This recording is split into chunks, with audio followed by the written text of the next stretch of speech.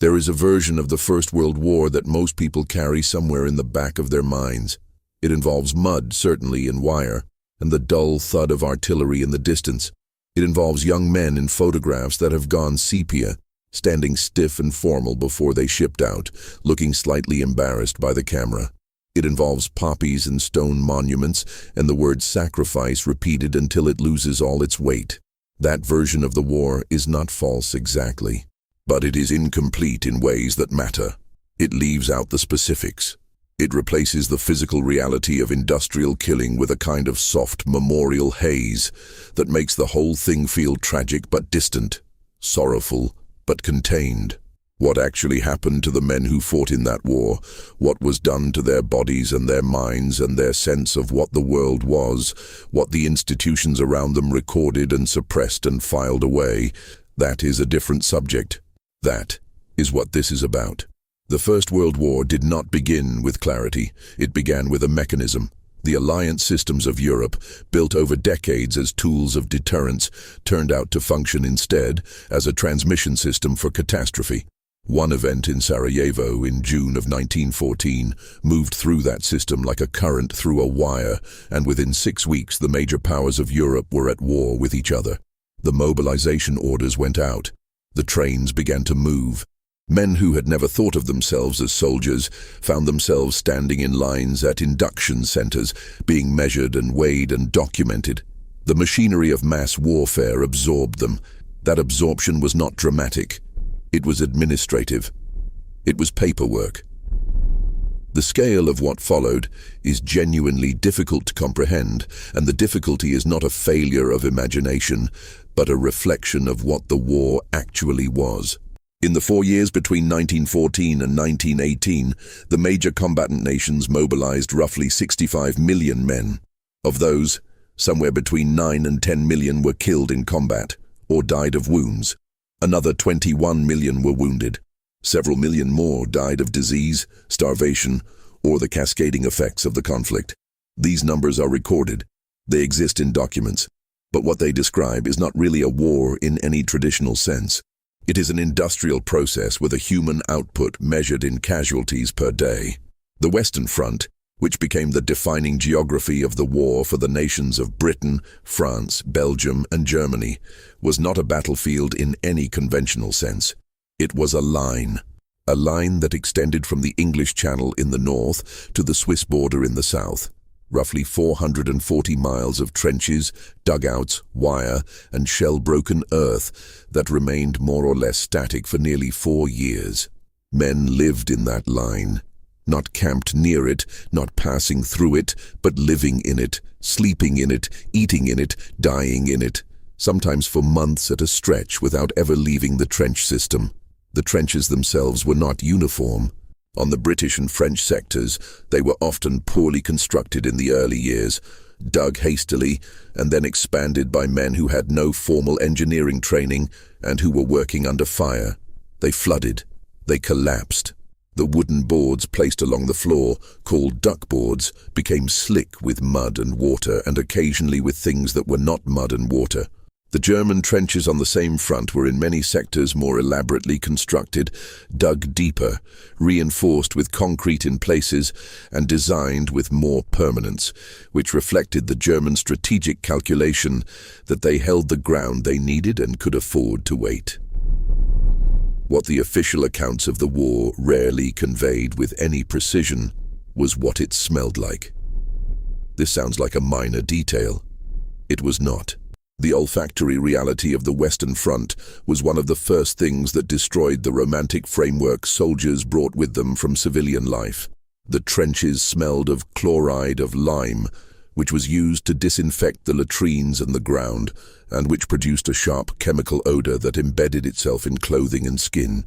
They smelled of mud, a particular mud that was different from ordinary agricultural mud because it contained decomposing organic matter, which is a clinical way of saying it contained the remains of men and animals who had died in the same ground in previous engagements. They smelled of the unwashed bodies of men who had no regular access to bathing facilities. They smelled of the latrines, which were often simply shallow holes dug into the back wall of the trench and screened with sacking. They smelled, when the wind was wrong, of gas. The gas is another element that the received image of the war contains as a sort of abstract horror, a symbol of industrial warfare's inhumanity, but that the men who experienced it described in far more granular terms. The first large-scale use of chlorine gas by German forces at Ypres in April of 1915 caught the Allied lines entirely unprepared.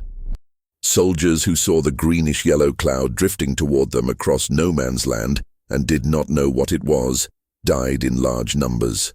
Those who survived described the sensation as a burning in the throat and chest that made breathing feel like swallowing fire, followed by a progressive inability to get air into the lungs as the gas destroyed the mucous membranes, followed by what many accounts describe as a drowning sensation on dry land. Men vomited. They fell. They crawled away from the cloud in directions that were not always away from the front, and some of them crawled into wire and could not free themselves. Subsequent developments in chemical warfare introduced mustard gas, which was not a respiratory agent in the immediate sense, but a vesicant, meaning it attacked the skin and eyes on contact. Mustard gas had no smell that reliably warned of its presence. It settled on clothing, on equipment, on the ground itself, and retained its potency for days. Men who walked through a mustard-contaminated area and felt nothing in the moment would begin to develop blisters hours later. The eyes were particularly vulnerable. Temporary blindness was common. In the cases where exposure was severe, the blisters involved not just the skin surface but the internal linings of the throat, the bronchial tubes, and the eyes. Medical records from the period describe men who had been gassed spending weeks in casualty clearing stations with their eyes bandaged, their skin in open blisters, unable to lie comfortably in any position because the sheets caused pain. The casualty clearing stations were themselves an education in what mass industrial warfare produced as a medical problem. They were positioned several miles behind the front, far enough to be out of direct artillery range most of the time, close enough that the wounded could be transported to them before dying of untreated shock. The nature of the wounds that arrived at these stations was distinct from what surgeons trained in civilian medicine had encountered before. Artillery accounted for the majority of casualties on the Western Front, and the wounds it produced were different from gunshot wounds in several important ways. Shells did not pass through tissue in a clean trajectory. They exploded and sent fragments of casing, of earth, of whatever objects happened to be nearby through the body in multiple directions at varying velocities. A man hit by shell fragments might have 6 or 8 separate penetrating wounds. Some of those fragments were too small to locate and remove surgically. They remained in the body, sometimes causing no ongoing problems, sometimes migrating and causing problems years or decades later. The infection rates were initially catastrophic.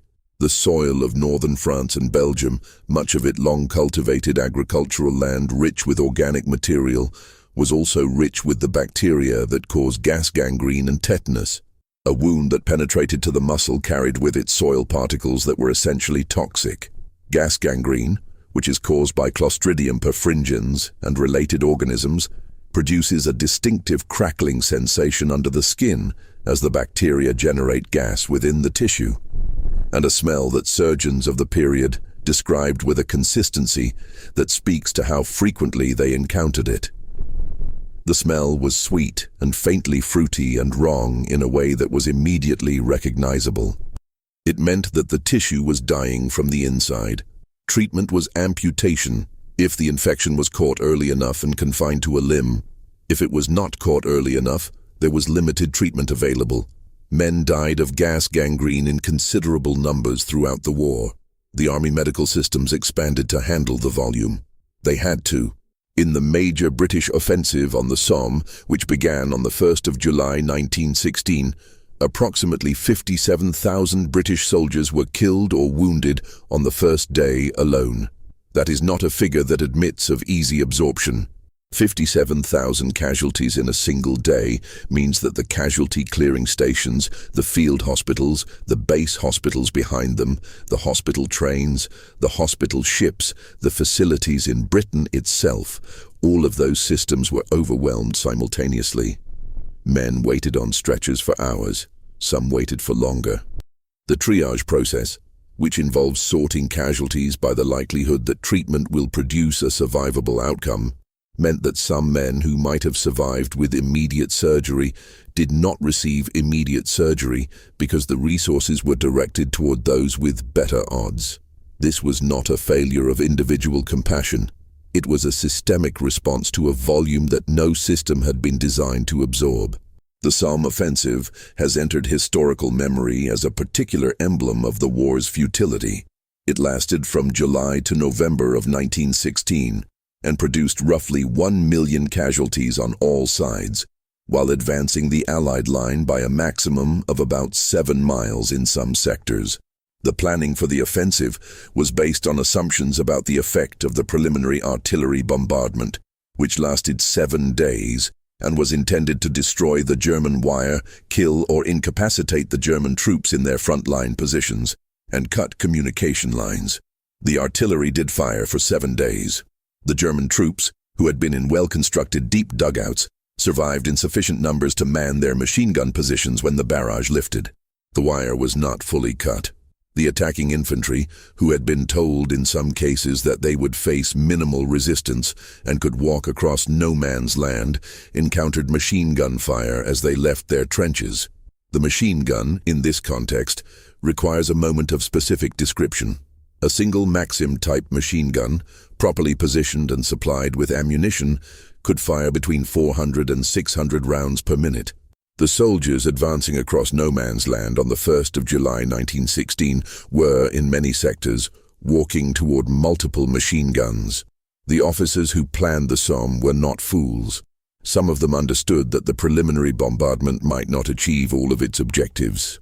The documentary record shows that doubts were expressed in the weeks before the offensive. Those doubts were not sufficient to alter the plan in fundamental ways. The system had momentum. The offensive had been agreed upon with the French, who were under severe pressure at Verdun and needed the British to draw German forces north. The machinery had been set in motion. The administrative and logistical structures that supported an offensive of that scale were not easily stopped or redirected once they had been started. This is one of the ways in which the war reveals itself as not primarily a story of military incompetence, but of institutional inertia. The machine continued because stopping it required an act of will that ran against everything the system was designed to produce. Verdun, which the Somme was partly designed to relieve, was itself a different kind of industrial horror.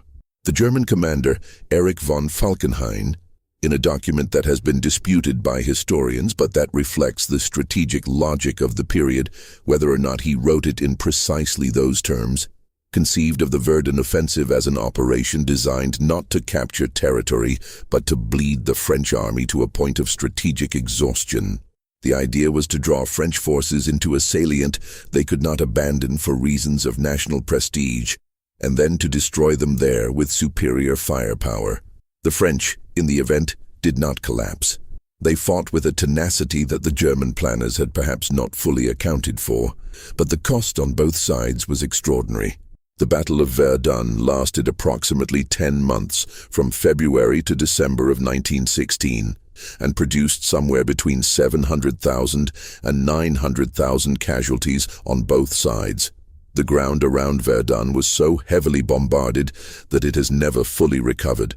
There are areas of what the French call the Zone Rouge, the Red Zone, that remain uninhabitable and closed to agriculture and building to this day, more than a century later, because the soil still contains unexploded shells and human remains in quantities that make it dangerous.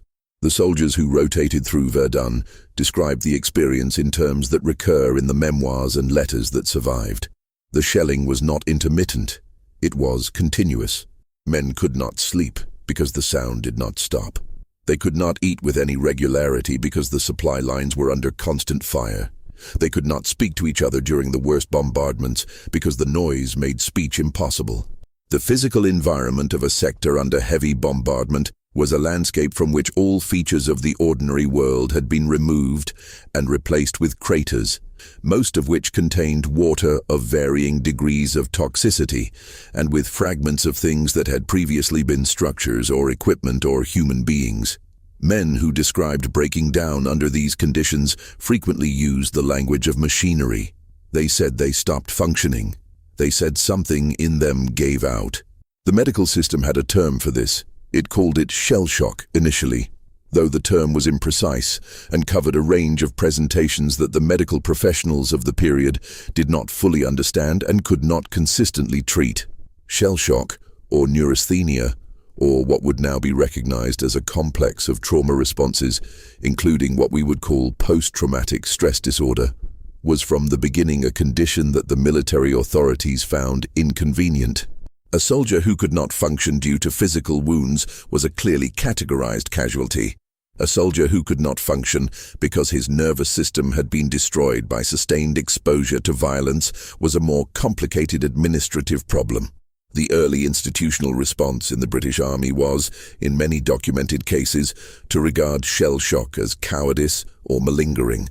A soldier who trembled uncontrollably, who could not speak, who could not stop weeping, who experienced severe dissociative episodes, was in some cases subjected to punishment rather than treatment. There were courts-martial. There were, and this is a documented fact and not a marginal one, executions. The British Army executed 306 soldiers during the First World War for offences that included cowardice and desertion. The records of these executions were kept and in many cases sealed for decades. The executed men were, in the official record, recorded as having been disciplined for military offences. Their families were in many cases not told the circumstances of their deaths. The pensions that the families of men killed in action received were not extended to the families of executed men. This was policy. It was not an accident. Some of those men who were executed for cowardice or desertion were almost certainly suffering from what would now be diagnosed as severe psychological trauma and would now be entitled to treatment and would not be considered to have committed a military offence. The British government formally pardoned all 306 men in 2006, nearly 90 years after the last of them was shot. The pardon does not change what was done.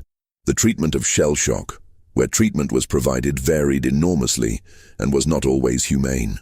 One approach, developed by the British physician Louis Yayland and documented in his 1918 book on hysterical disorders of warfare, involved the application of strong electrical currents to the throat of soldiers who had lost the ability to speak, the face of soldiers with hysterical tics, and other affected body parts. The stated goal was to remove the symptom. The symptom was sometimes removed. What the approach did to the underlying psychological state of the patients is not recorded with the same precision. Yayland described his cases as successes. The men he treated were returned to duty in some instances. What happened to them after they were returned to duty is generally not documented. The Eastern Front of the war was in some ways even less structured than the Western Front, though the word structure in this context requires some unpacking. The Eastern Front ran from the Baltic Sea to the Black Sea, a distance of roughly 1,000 miles, and it was never fully stabilized into the static trench lines of the West. It moved. In 1915, the German and Austro-Hungarian forces pushed the Russian army back hundreds of miles in a series of advances that displaced enormous civilian populations and left behind a landscape of burned villages and requisitioned food supplies that produced famine conditions in some areas. The Russian army lost prisoners in numbers that have been estimated at between 1 and 2 million in that year alone. The conditions for Russian prisoners of war in Austro-Hungarian camps in particular were severe enough to produce high mortality rates from disease and starvation. Casualty rates from disease on the Eastern Front exceeded those from combat in the early years of the war, which was a pattern familiar from earlier conflicts, but which had been expected to diminish with improvements in military medicine. The improvements proved insufficient. The scale of Russian military losses eventually produced a crisis that was not primarily military, but political.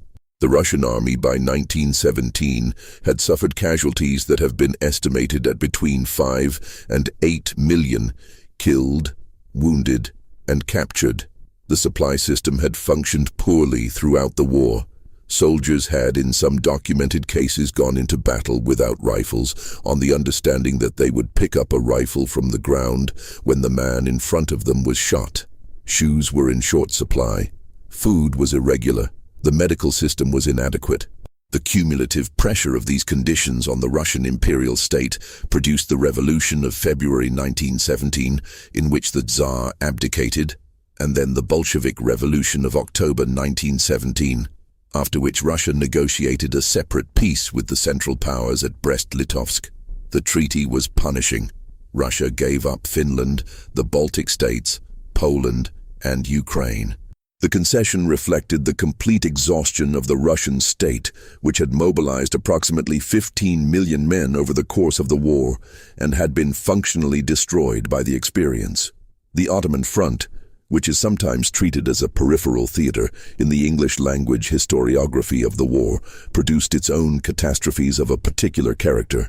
The Ottoman Empire entered the war in November of 1914 on the side of the Central Powers and found itself fighting on multiple fronts, including against British and Indian forces in Mesopotamia and Palestine, against Russian forces in the Caucasus, and against Allied forces at Gallipoli. The Gallipoli campaign, which lasted from April of 1915 to January of 1916, was conceived by Winston Churchill, among others, as a way to open the Dardanelles Strait, threaten Constantinople, and potentially knock the Ottoman Empire out of the war, which would open a supply route to Russia and change the strategic balance. The campaign failed at every level. The landings at Anzac Cove and Cape Helles established beachheads but could not break through the Ottoman defensive positions. The terrain was severe. The heat was extreme. The water supply was inadequate. Disease, particularly dysentery, produced casualties that exceeded those from combat in some periods. The Allied forces were eventually evacuated, and the evacuation was, in an irony that military historians have noted, the most competently executed operation of the entire campaign. The Armenian genocide, which occurred primarily in 1915 and 1916, while the Ottoman Empire was at war, was conducted under the cover of wartime administrative measures and was initially reported by the Allied powers, but then imperfectly pursued as a political priority because of the complexity of wartime alliances and objectives.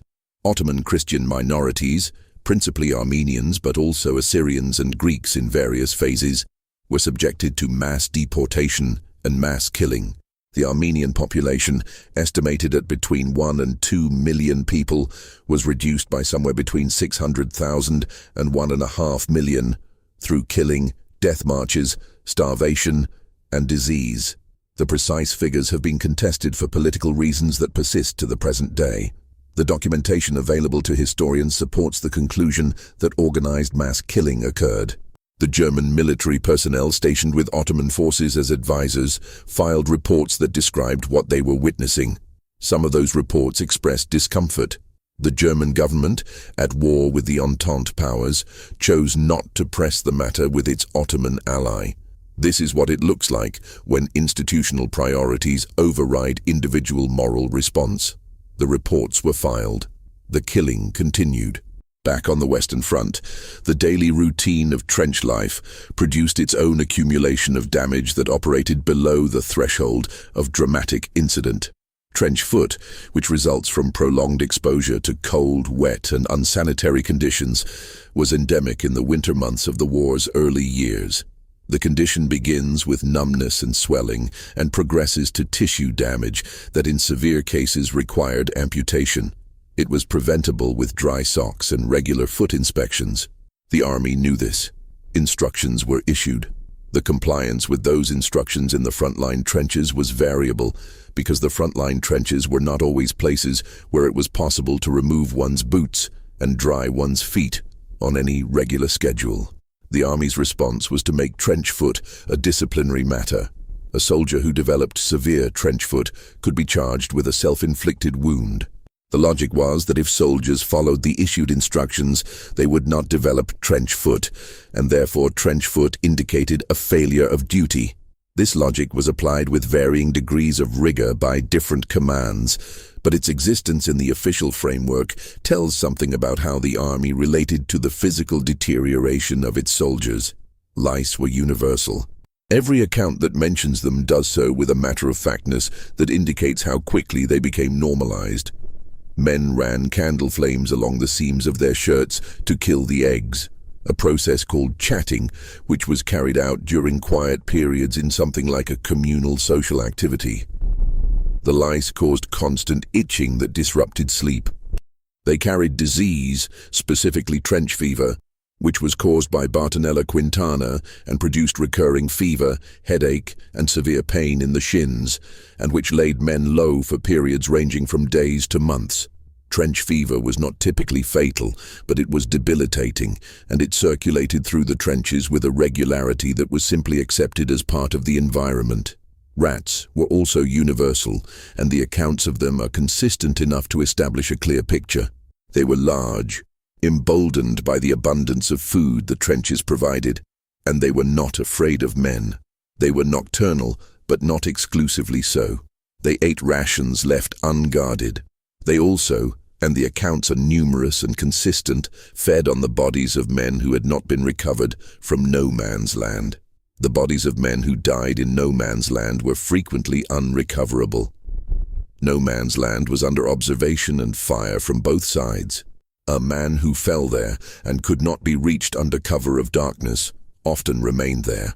In some sectors of the front, the bodies accumulated over months or years. The rats that fed on them grew to sizes that multiple independent accounts describe as remarkable, and they entered the trenches at night with a regularity that soldiers found impossible to ignore. The recovery of the dead was a matter of significant practical and administrative importance to the armies involved, and its frequent impossibility was one of the specific ways in which the war produced a kind of grief that the existing cultural frameworks were not equipped to handle. The Victorian and Edwardian tradition, in which the men who went to war in 1914 had been raised, assumed, among other things, that the dead would be buried with appropriate ceremony and that the place of burial would be knowable. The tradition of mourning required a grave. Thousands, then tens of thousands, then hundreds of thousands of men had no identifiable grave. They were listed as missing. Some of them had simply been blown apart by artillery and had left nothing that could be collected and identified. Some had been buried by subsequent shelling and their locations lost. Some remained in no man's land where they could not be reached. The formulaic phrase used in notifications to families missing, believed killed, described a condition that was administratively managed but humanly irresoluble.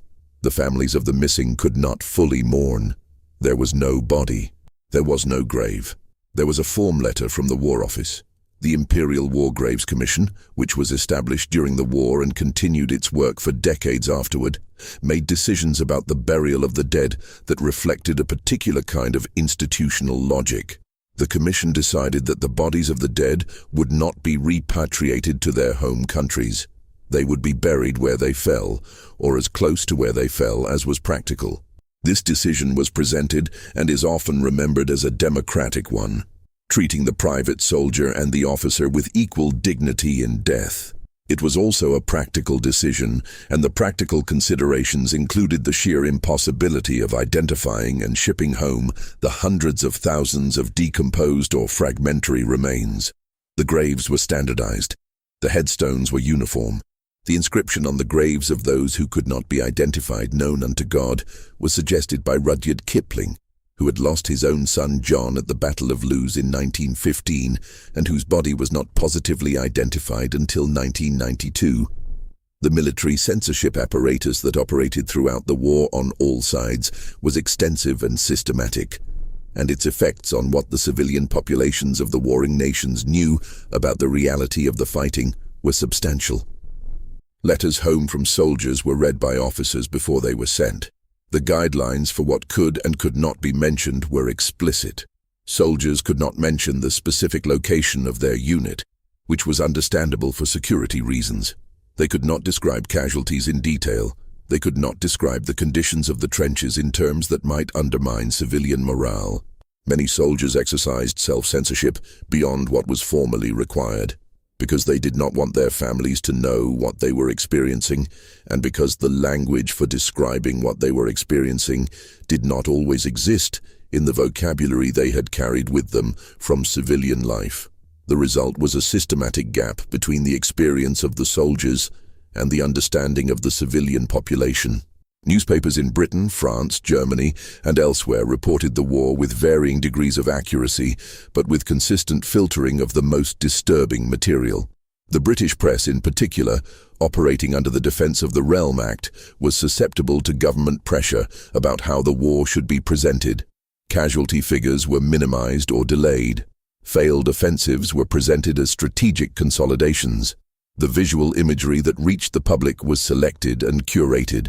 Photographs of the dead were permitted only under specific conditions and with specific framing. The photographic record of the Western Front that circulated during the war was substantially different from the photographic record that historians and the public have subsequently had access to. The propaganda systems of all the major belligerents were sophisticated, and they drew on cultural materials, national mythologies, and psychological insights that reflected genuine understanding of how public opinion worked. The British recruitment campaigns of the war's early phase, before conscription was introduced in 1916, used imagery and language that drew on existing notions of masculine duty, adventure, and national solidarity. The posters showing women handing white feathers to men in civilian clothes as a mark of cowardice. The campaigns asking men what they would tell their children they had done in the war. These were not crude instruments. They worked on specific anxieties about social judgment and masculine identity that the designers of the campaigns understood. They produced results. The volunteer armies of 1914 and 1915 were generated by these mechanisms as much as by formal recruitment. Young men went to war, in part because the cultural environment they inhabited had been shaped to make enlisting feel necessary and not enlisting feel shameful. The medical understanding of trauma during the First World War was incomplete in ways that had consequences for large numbers of men. The term shell shock itself reflected an early theory that the symptoms soldiers presented, the tremors, the paralysis, the mutism, the nightmares, the inability to function, were caused by the physical concussive effect of exploding shells on the nervous system. This theory had the advantage of locating the cause of the condition in the external physical environment, which made it easier to accept without implying weakness in the soldier. As the war progressed, and it became clear that soldiers who had not been near large explosions were presenting identical symptoms, the physical concussion theory became harder to maintain. The alternative explanation, that the condition was a psychological response to sustained exposure to violent death and to the helplessness of being under artillery fire, was more accurate but was also more threatening to the military system because it suggested that the conditions of modern warfare were intrinsically damaging to human psychology in ways that could not be screened for in advance and could not be disciplined away. The formal medical response evolved over the course of the war. Forward treatment, which meant treating shell-shock patients as close to the front as possible rather than evacuating them to hospitals far behind the lines, was developed partly out of compassion and partly out of the observation that men who were evacuated far from the front had more difficulty returning to duty than men who were treated nearby and quickly. The expectation of return to duty was written into the treatment protocols in ways that reflected military priorities as much as medical ones. A man was treated so that he could return to the trenches. The question of whether the trenches were the cause of his condition, and whether returning him to the same cause was consistent with his medical interests, was not centrally addressed. The food situation in the trenches was a constant source of misery that receives less dramatic attention in historical accounts than the artillery and the gas, but that shaped the daily experience of the war in ways that were cumulative and corrosive. British Army rations for frontline troops were officially specified, but were frequently not delivered in full. The supply chain from the base depots to the forward trenches passed through several points of potential failure.